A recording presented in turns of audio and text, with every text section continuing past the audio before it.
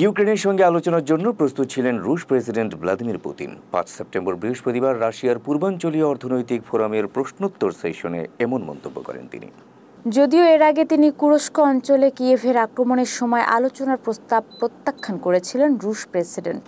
তবে এদিকে ভ্লাদিভোস্তক শহরে রাশিয়ার পূর্বাঞ্চলীয় অর্থনৈতিক ফোরামের প্রশ্নোত্তর সেশনে তিনি বলেন, আলোচনার জন্য প্রস্তুত ছিল রাশিয়া। পুতিন বলেন, আমরা কি তাদের সঙ্গে আলোচনার জন্য প্রস্তুত?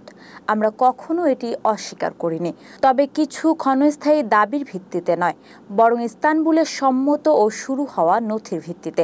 জানা যায়, আগস্ট মাসে রাশিয়ার কুরস্ক অঞ্চলে এক অভূতপূর্ব আন্তঃসীমান্ত আক্রমণ চালায় ইউক্রেন এবং হাজার হাজার সেনা সীমান্ত অতিক্রম করে এবং কয়েকটি গ্রাম দখল করে। তখন পুতিন বলেন, এরপর আলোচনার কোনো প্রশ্নই আসে না। তবে ২০২২ সালে ইস্তানবুলে মস্কো ও কিয়েভের আলোচকরা বাতিল চুক্তির ভিত্তিতে ঐক্যমত্যে পৌঁছায়।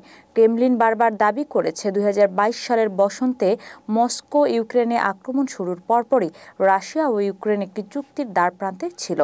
পুতিন বলেন, আমরা একটি চুক্তিতে একমতে পৌঁছতে সক্ষম হয়েছিলাম, এটিই মূল বিষয়। এই নথিতে ইউক্রেনীয় প্রতিনিধি দলের প্রধান স্বাক্ষর করেছিলেন।